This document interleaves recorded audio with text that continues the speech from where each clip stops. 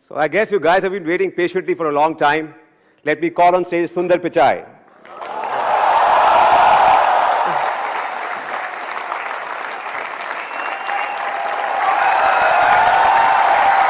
Welcome.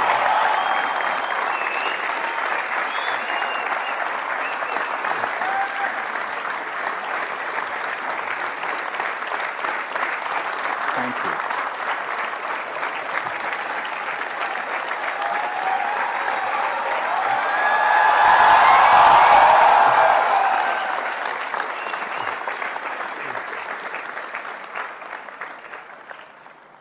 So welcome Sundar to IIT Kharagpur.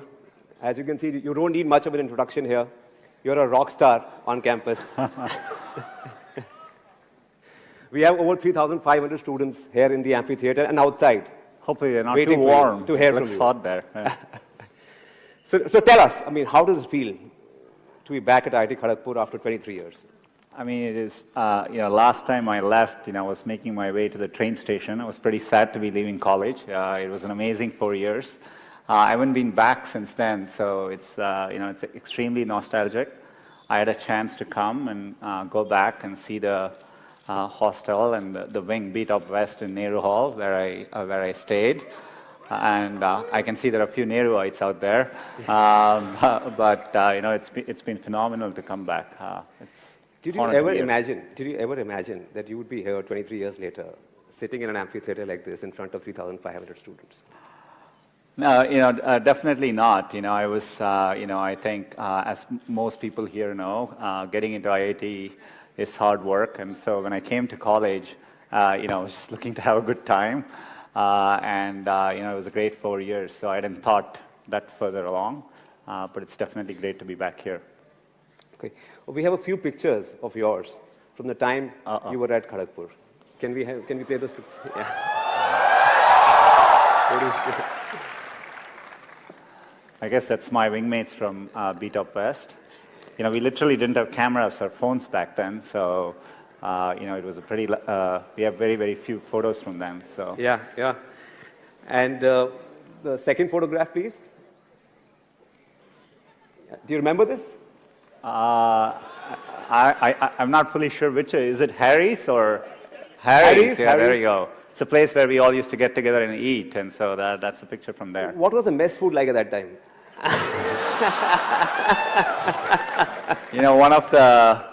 One of the favorite questions. When the mess staff was great, but when I used to join, people would ask us to guess whether it was sambar or dal. Is that still the case? So that was quite an experience, and but they were great folks, and I'm glad they fed us for 4 years. Yeah. Can we have the third picture, please? So can you identify Sundar Pichai in this picture? Yeah. This is at this amphitheater. Yeah, I was sitting here. I was probably 25 years ago. Yeah. You wanted to ask a question. I don't know what was happening at the time, so I think we were just having Do you remember the event? No, I don't. We'll probably hear for some performance, yeah. Yeah. So, you come across as this really humble, down-to-earth, nice guy. I'm sure you were a good student at Kharagpur.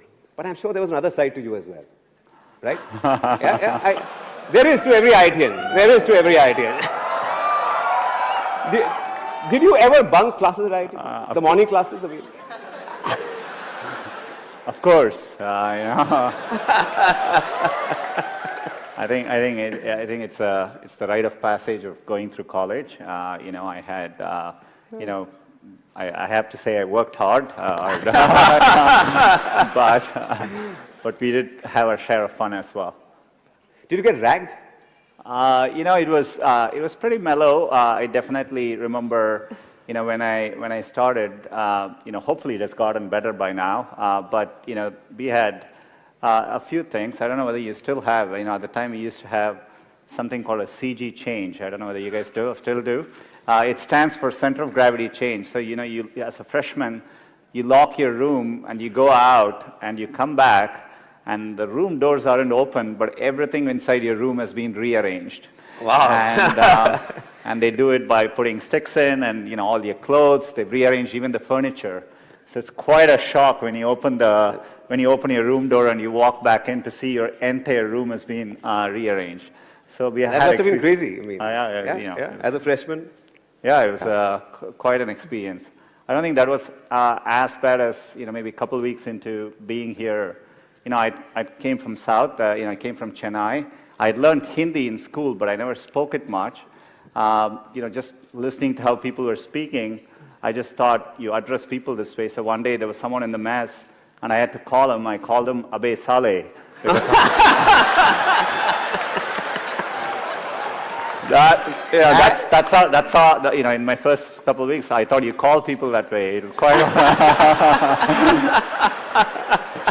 and next thing I know, the folks in the mess were quite upset, and I think they temporarily closed down the mess. Oh, wow. So I wasn't very popular for that day. So you were responsible for the mess shutting down at IIT? Just for a moment, yeah, just for a moment.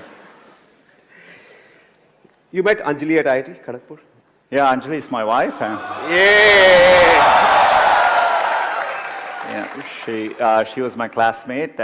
She lived in. Do you still have? I hope you still have SN Hall. And it was the only girls' hostel then, and I hope there are a few more now. And it wasn't always easy if you had to go get someone at the girls' hostel, you had to walk in the front and request someone there to go call them. And so they would go in and loudly say, Anjali Sundar is here for you.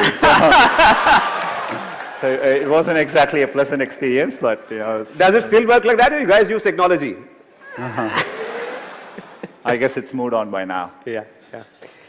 So, when we were on campus, there was no Google, and there was no internet. Mm-hmm.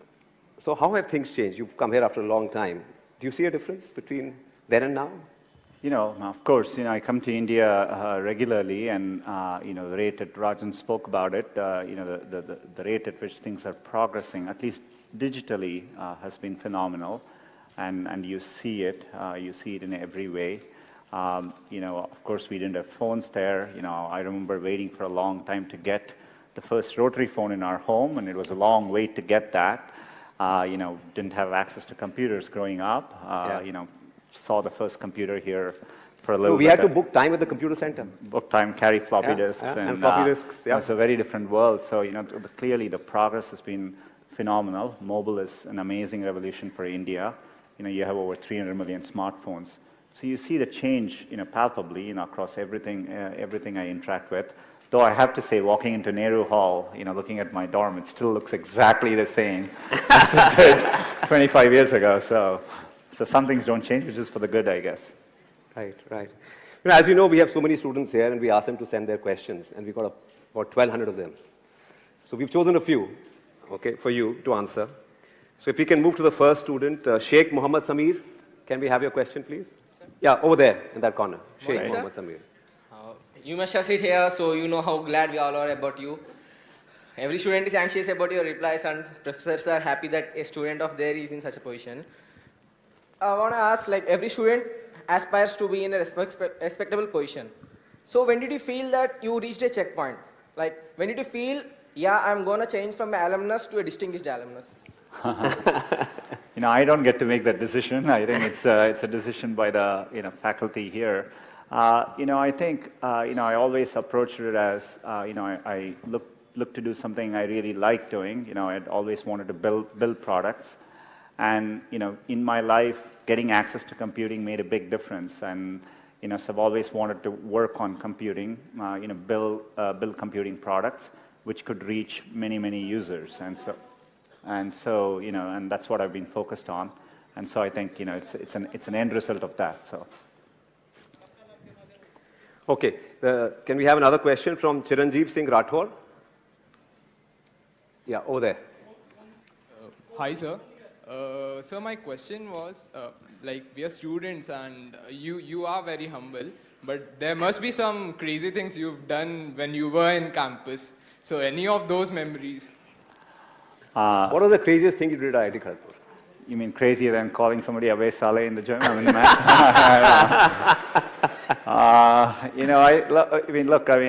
I think I had my share of all the experiences which all of you go through.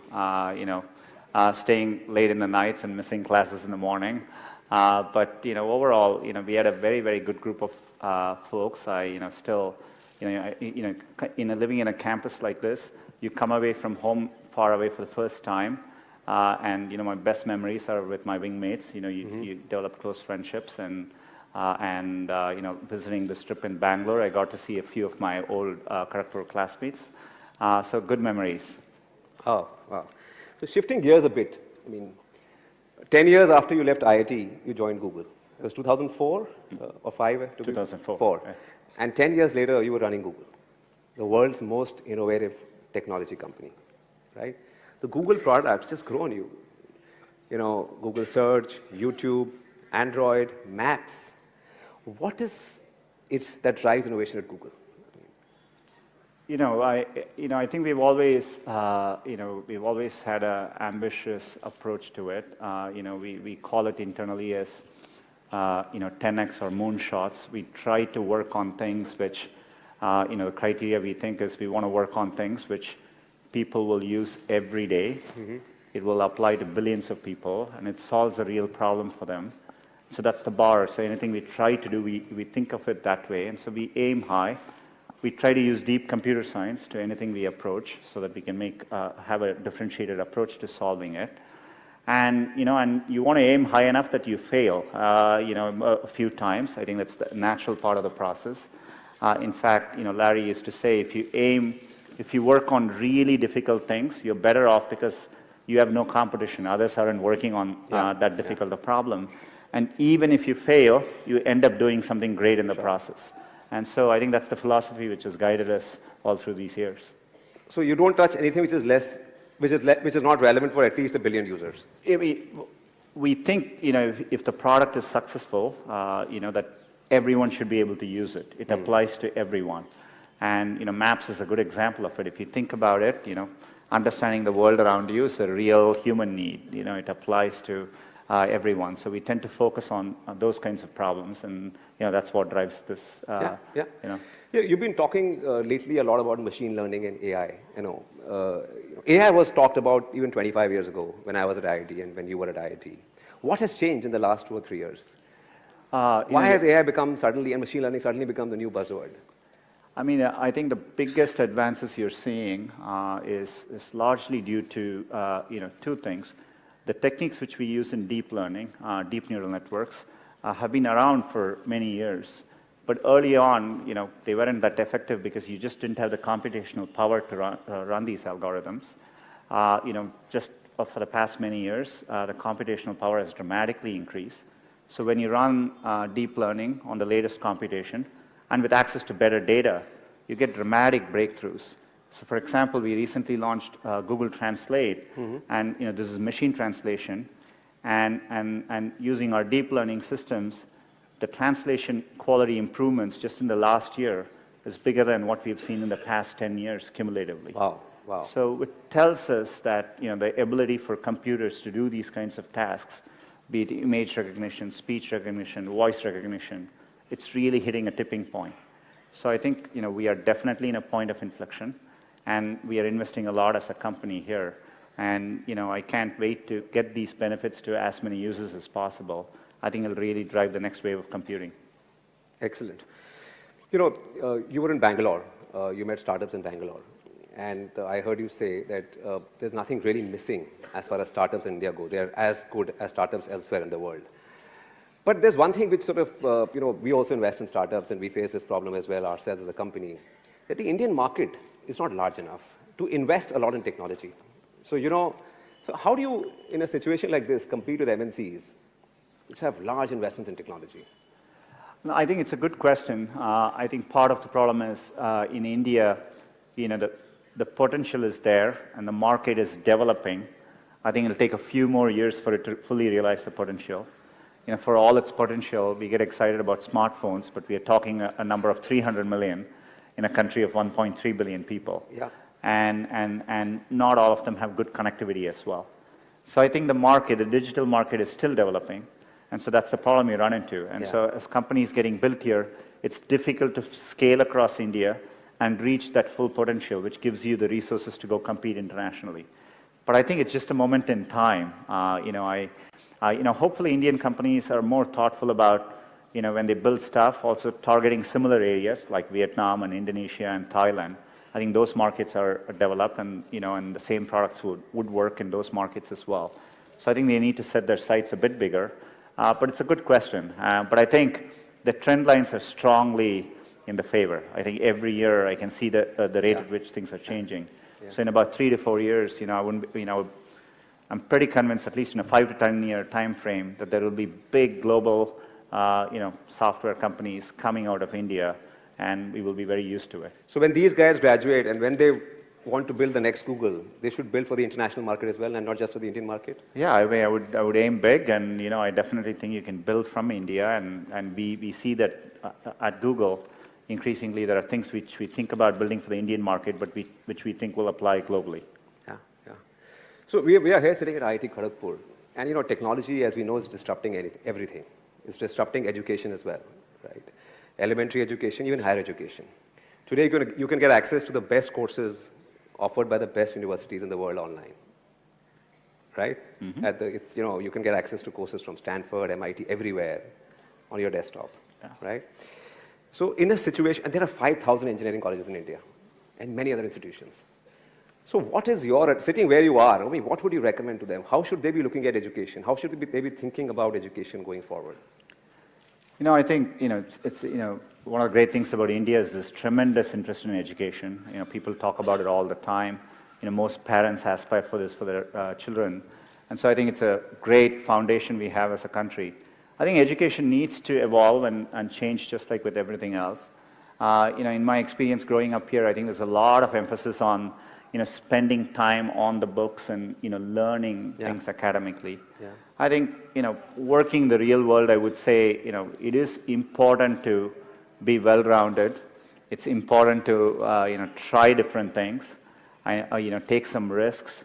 I would encourage people to, follow their passions a little bit more. I think one of the, for all the great things about the Indian educational system, I think there's a lot of pressure to follow set lanes throughout your career. You're in high school, you're thinking about college. I get very surprised people come to IITs and immediately they are thinking about IIMs and so on. I think it's important to get real-world experience. And if you take the US, for example, at a place like Stanford, most students don't choose their majors till their final year. So people explore different things and find what they're really passionate about. So I think those are all good things to aspire to. I think I would like to see people value creativity, value experience of doing things, taking risks, and academics is important, but it is not as important as it's also made out to be. So you would want people and institutes to focus a lot more on experiential learning, project work, internships, stuff like that, to get real life experience. Yeah, I think that matters a lot. I think people should be encouraged to take risks a little bit more and try different things till they find what they like doing. Yeah, and things have changed. It's okay to fail even in India now. Oh, I absolutely think. Look, it's remarkable to be at IIT. There are many, many great people who don't make it in, and you will see this later in life. People do well from all walks of life. I think it's important to remember, getting into an elite institution doesn't guarantee success. It matters a lot, but it doesn't guarantee success. And I think it's important to keep that perspective in life. And life is a long road, and so you want to take it at the right pace and enjoy what you're doing. I just I interviewed a guy recently for our company, and he was all of 26, 27 years old, and he had done a startup after graduating, and he was very excited and he wanted to do new things. So I asked him, what happened? Why did you give up on the startup? You've already done 1 or 2 things and you want to try a 3rd thing. He said, I saw these friends of mine who graduated with me. They're doing such exciting stuff overseas and in India that I went through a quarter-life crisis. And so I want to do new things. There's so much happening outside. There's so much opportunity today that there is no end to what you can do. Yeah, I think it's great. I think there are definitely a lot more options. It doesn't need to be even in engineering. I think it's important to remember, There are many, many different ways, you can approach things. And what matters most is, loving what you're doing and trying to do well at it. So. Sure. So tell me, I'm sure there are lots of great technologists at Google, and you're a great technologist yourself. But what is Sundar Pichai like as a leader? I think... What is your leadership style? When you're trying to run something at the scale of Google, we have now over 60,000 people, and you rely on other strong leaders. I think a lot of what I do is, I have an outstanding leadership team. It's learning to let go and really empowering people, at all levels of the organization, and trusting them to doing the right thing. And as a leader, a lot of your job is to make those people successful. It's less about trying to be successful and more about making sure you have good people, and your work is to remove barriers, remove roadblocks for them, so that they can be successful in what they do. And so that's how I've always thought about it. And I've also valued teamwork quite a bit. And I think it's really important to build organizations where people actually want to work together. Yeah. Everything comes out of that. So setting up collaborative cultures is another big thing I try to focus on. So it's not about one person, it's about the team. That's right. Yeah. And if your team succeeds, you also succeed with them. Absolutely. Yeah. Great. So let's get some questions from the students. Arundhati Banerjee. Google is having an impact all over the world. And as you mentioned, you use principles of computer science in most of your products. So we would like to know what is the next big thing going to be in R&D at Google? I think it's a good question. It'd probably be, I can't quite tell it exactly, but I would say, I spoke about machine learning and AI. We are making a big bet on that. Advances in machine learning, I think, will make a big difference in many, many fields. We recently published a paper on, using machine learning to help diagnose diabetic retinopathy. It's a condition which causes blindness, but if you can detect it earlier, you can completely cure it. Otherwise, it causes blindness. It's the fastest growing cause of blindness in the world. Today you need advanced ophthalmologists to detect these conditions, but using machine learning, we can detect it pretty accurately so that a regular doctor can detect these conditions. I'm saying this is an early example of the kind of changes that will happen when you apply machine learning to all kinds of fields. Google alone won't do this, but to me, the thing I'm most excited about is bringing advances from machine learning and AI to as many people in as many fields as possible. Yeah. Can we take one more question from Nishchal Kuterekar? Hi, Sundar. Okay, here he is. Hey. Hey. Right. My question is, how much power you have as a CEO of Google? Can you change the Google Doodle to IIT KGP building for a day?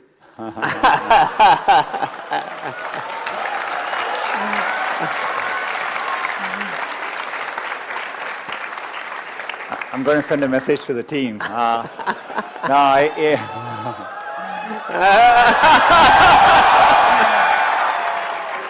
Before you get too excited, the good news is Google is set up in a way, I think even if I send that email, they wouldn't do it, and here's the reason why. I think we have, we build an organization with strong ideals and values on when we show doodles, for what occasions, and it's less about what I want to happen as much as, we have a set of rules to go by. But KGP definitely deserves celebration, and look forward to doing it in the most thoughtful way possible. No, we are a client of Google. Can you put us on the homepage of Google?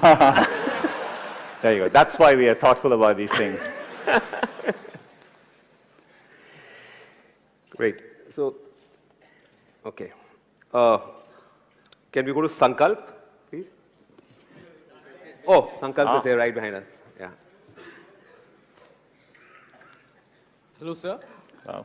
What is the role of Google in the digitization of India? I think, it's very much with our, core to our mission statement. As I said earlier, we really try hard to build products that work for everyone in the world. Search works that way, and so, when we look at India, the main areas where we have really focused on is a few things. To really make a difference in India, you need to get Google working in as many languages as possible. English is only spoken by a small segment of the overall population. So just getting Google to work in other languages is a big focus. We've made progress. today in Android with search. We support many languages, but we want to do all that better so that it works even in rural situations with the right dialects and so on. The second is improving, getting access for people. So, I would love to see cheaper smartphones, entry-level smartphones. I think to really, we need to bring the prices down even more, maybe at a $30 US level for India for entry-level smartphones. And connectivity is extraordinarily important. This is why, we've been working on the Wi-Fi project. We have connected 100 railway stations. I heard the Kharagpur railway station has Wi-Fi.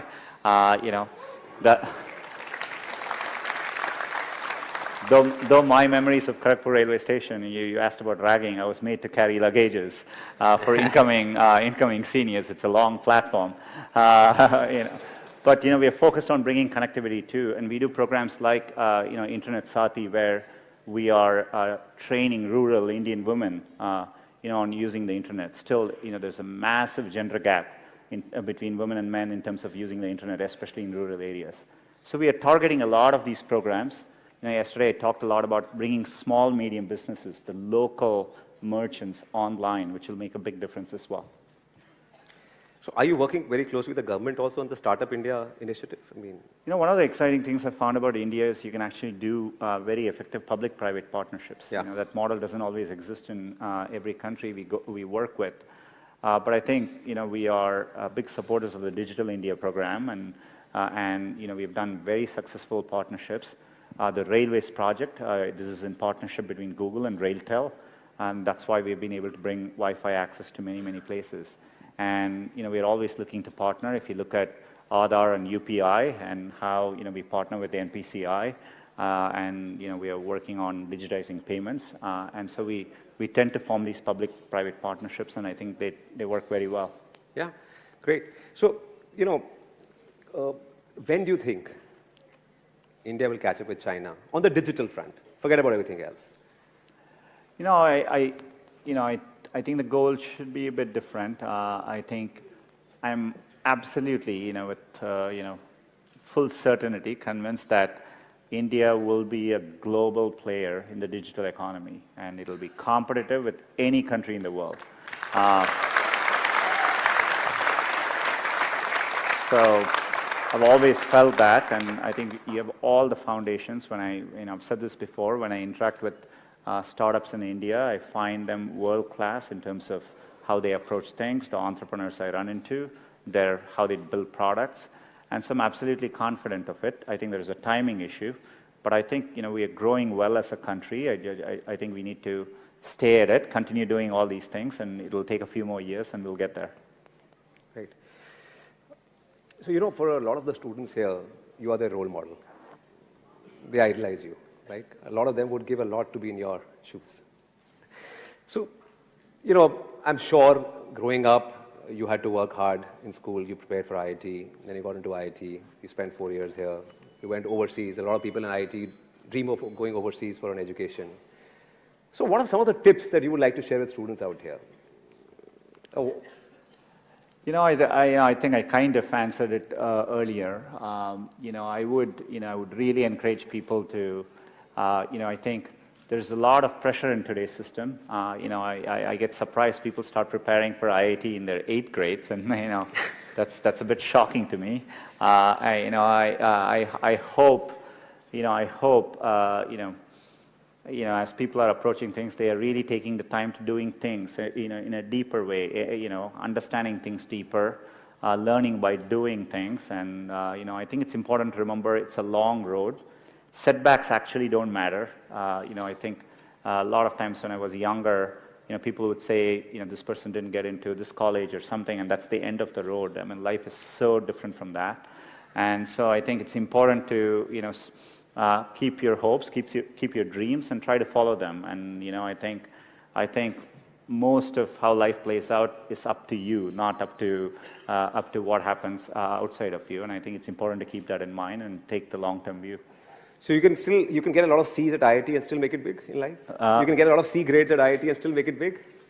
I don't know what the grading system now is like, but I think you have to ask Professor PPC on that. But for what it's worth, I do think I've gotten a C at IIT. So. And it's okay if you're not in IIT also. You can still make it big. Absolutely. I think there are several successful people at Google who have come from all over the world, including in India, from other institutions as well. I think there are world-class institutions outside too. Definitely IITs are the premier. I mean, they are respected not just in India, but globally. But I think there are many paths to success for sure. Yeah, so, the done thing when we were sort of at IIT, and if you wanted to pursue a career in high tech, you went abroad. Because there weren't too many options in India. There weren't too many things you could do in India. Do you think that has changed? Oh, absolutely. I spend every year I travel to Bangalore and Delhi and I meet startups. There are many, many entrepreneurs who have just gone to schools in India and decided to start up companies right here, and they're doing very, very well. And even at Google, we are able to recruit some of the best and talented people straight into Google in India. And so I think things have definitely changed. Especially if you take a look at for me, when I look at how much things have changed, things change a lot in a 20-year time frame, right? Yeah. When I left for the US, that was the first time I actually got on a plane, right? So going to the US was the first time I got on a plane. This week I met with the CEO of Indigo, and he was saying, roughly 100 million people fly in India every year, and Wow. you look at how the market has changed. Yeah. And so things changed remarkably in 20 years. So if you keep that perspective in mind, I think India is a great place to be looking ahead at the next 20 years. Yeah, I mean, for the first time, I'm seeing actually two-way flow in Yeah. terms of traffic. There are people coming back, and there are people going overseas as well. Yeah. Great. I think we'll take a few questions now. Can we go to Abhigna Revuru? Yeah, on that side. Hello, Sundari. My question is, like Mr. Hitesh said, you are in a position many of us aspire to be in. So, say 10, 15 years ago, where did you think you would be here today? And 10 years from now, where do you see yourself in the future?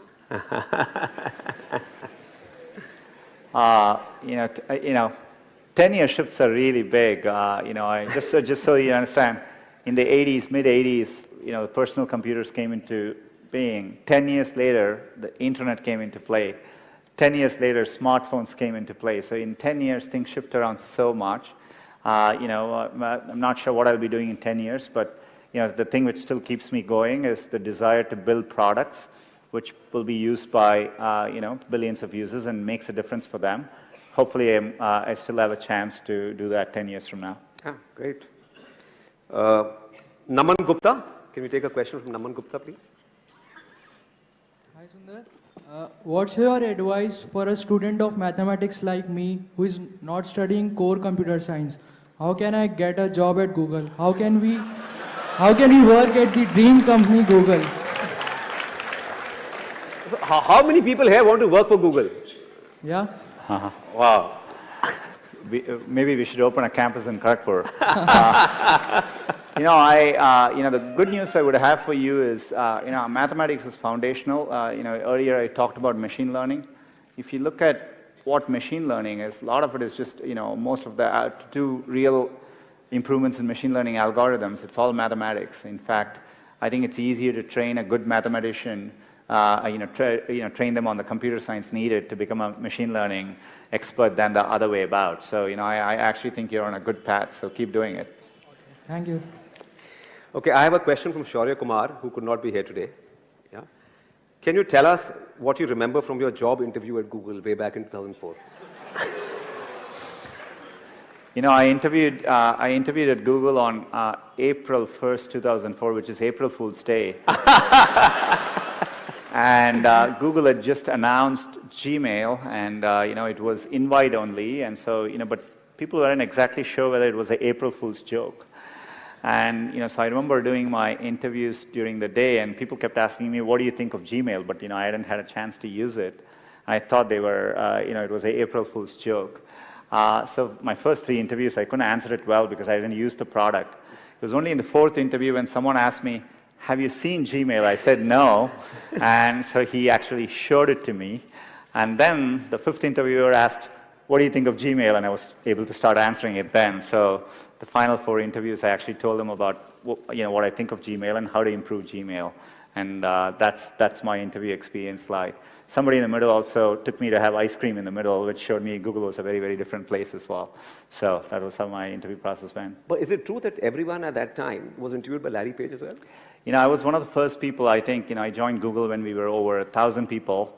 And Larry, just at that point, was the first time he had stopped interviewing people. Oh. So I still joke around that I got into Google because Larry didn't interview me. So. Great. Can we have a question from Beena Kumari? Hi Sundar, my Yeah. question for you is, having a major in metallurgical engineering, how did you endeavor follow your passion for computer science? It's a part which I was telling, it's a long road. I always enjoyed programming. I still remember learning Fortran, for those of you who know that language, at KGP here. And I always enjoyed programming, so I did that on the side, and that became something which I pursued, because I really enjoyed doing it. Yeah. Can we have a question from Ashish Dhiman, please? Ashish Dhiman? Okay, there at the back. Hello, sir. My question to you is, during your stay in KGP or Stanford, did you ever get that feeling of future insecurity? Like, will I be able to make it? Will I be able to stand out and make a place of my own? Basically, will I get a job? What did you do to cope up then? Look, when you work with really good people, what you just described is it's a natural feeling to have. There are definitely at times, I've worked with amazing people at Google. I've been in a room where I felt, look, these people are better than me at what they're doing. And, in fact, at Google, we talk about this for many, many new people. Sometimes they come into Google, and we have a phrase for this. We call this the imposter syndrome.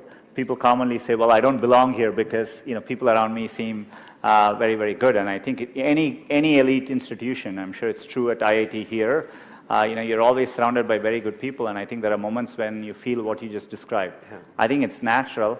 If anything, I would say you almost always want to feel that all through your life, because that means you're working with people who are very, very good, and and that's really important. So you always, if you feel very comfortable in what you're doing, I don't think you're pushing yourself enough, and so I think you always want to strive to be in environments where you feel the people around you are a little bit better than you are. Thanks.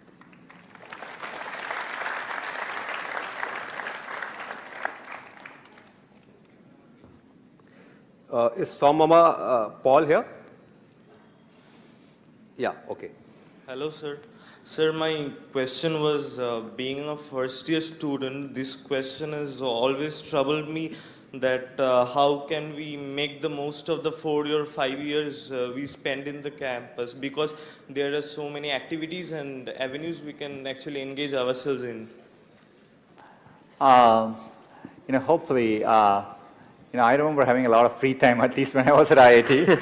I guess things have changed. But I wouldn't overthink it. The way I would answer these things is, I would do what feels something like you like spending time on, and I would use that as a yardstick and not feel the pressure to do what others are telling you to do, right? And so I think at least my solution, the way I dealt with these things, was try and feel what I really enjoy doing and pursue that. So hopefully that's the way to do it. The IITs are great at imparting technical skills to students. But when you go outside, you need some soft skills as well. So, and I remember during my time at IIT, we had to do a few courses in humanities as well to graduate. Yeah. But they were sort of looked down upon in some sense. This is not the hardcore macho stuff. So what is your feeling? What do you think? Should students be developing themselves holistically? Should they be spending time on stuff outside the core technical stuff to get a wider perspective? I think so. I think it's good. I regret not having done it more when I was here. But when you look at the cultural festivals which happen at IITs, or I'm not sure whether you still do the Diya festival during Diwali, and yeah, and so things like that are great to get involved in. Yeah. I think anything like that, I mean, doing more things and just getting a more well-rounded experience, I think actually makes a real difference. And to your point around even courses in humanities, writing is an important skill in life. Spending time learning how to write better, all those things end up mattering. Great. We'll now move on to what is called a rapid fire round. Have you seen Coffee with Karan ever? Here and there, on YouTube. Okay. Well, we won't put you we'll put you in the hot seat, but we won't ask you very tough questions. Okay, great. Thank you. Okay, but in the interest of time, many of these questions are from students, but I'll sort of take them. So the first one is from Vishal Sharma. How do you spend your free time? Free time. Do you have free time? Definitely. I have young kids, so I try to spend it with them. I love watching cricket and soccer. If I get a chance, I do that too. So I try to stay in touch with friends and family. How old are the kids? 13 and 9. 13 and 9. Yeah. Okay, this one is a tricky one from Amol Sakhle. What was your GPA at IIT? I would say, too embarrassed to admit it after my first year, but really good the next 3 years to make up for it. So that's how I would say. So there's hope. Year 1 students, if your GPA is low, there's still hope. Okay, this one is from Surajit Mura Singh. Who was your idol during your BTech days? Many. I would say many people. I admired people from all walks of life. This week I met Mr. Narayana Murthy. Had a chance to have breakfast with them. Admired people like that who put India really on the map globally. I love watching cricket. Love watching Tendulkar play. Tendulkar started playing when I joined IIT, so things like that. The next one is from me. Okay, the next one is from me. Who's your favorite Bollywood actress? Wow.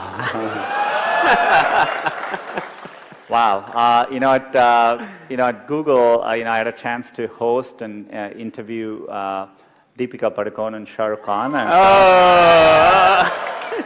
so maybe Deepika Padukone. I used to enjoy watching Prakash Padukone play badminton as well, so combination of the two. And who was your favorite actress when you were growing up?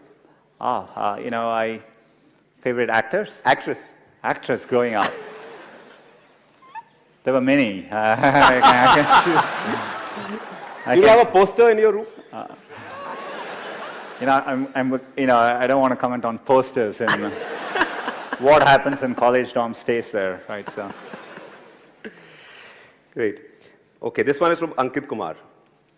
Who was your favorite professor at IIT Kharagpur? There were quite a few. I think, Professor Roy from my department, Professor Indranil Manna, who is now at IIT Kanpur. They were two of my favorite professors. So. Yeah, great. This one is from Gaurav Malik. Do you still get calls from your college friends? I do. Today it's much easier to stay in touch through many different ways, but, I definitely, as I said, a few of us met up in Bangalore, and so it was good to meet with a few friends from KGP in Bangalore. So I still. Do you have a group which you are on with all these friends of yours? Yeah. I mean, we follow them on Facebook, WhatsApp, everything, just like everyone else does. Okay, great. And this one is from Fahad Shaheen. How can I replace you at Google?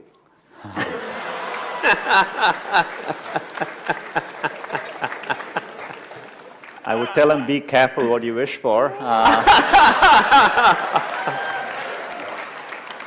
But happy to discuss this with him over a cup of chai. So. Right.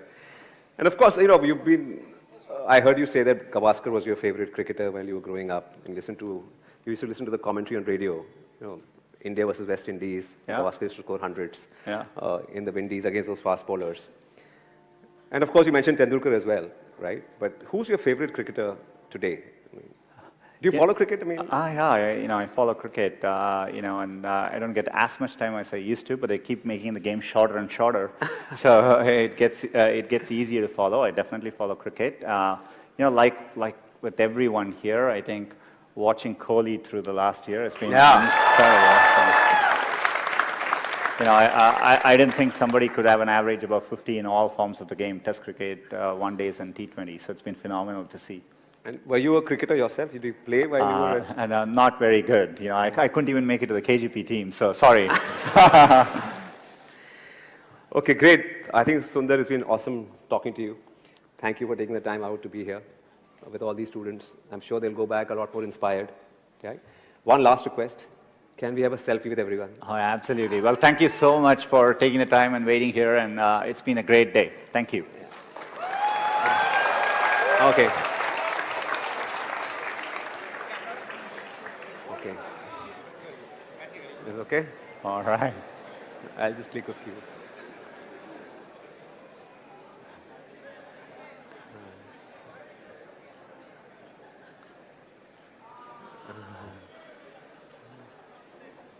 All right. Thank you so much. Thank you. Yeah, thank you. Oh, one with these guys as well.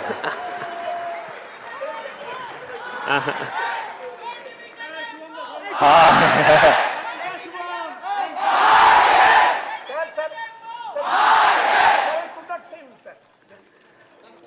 All right. Thank you, guys. Thank you so much.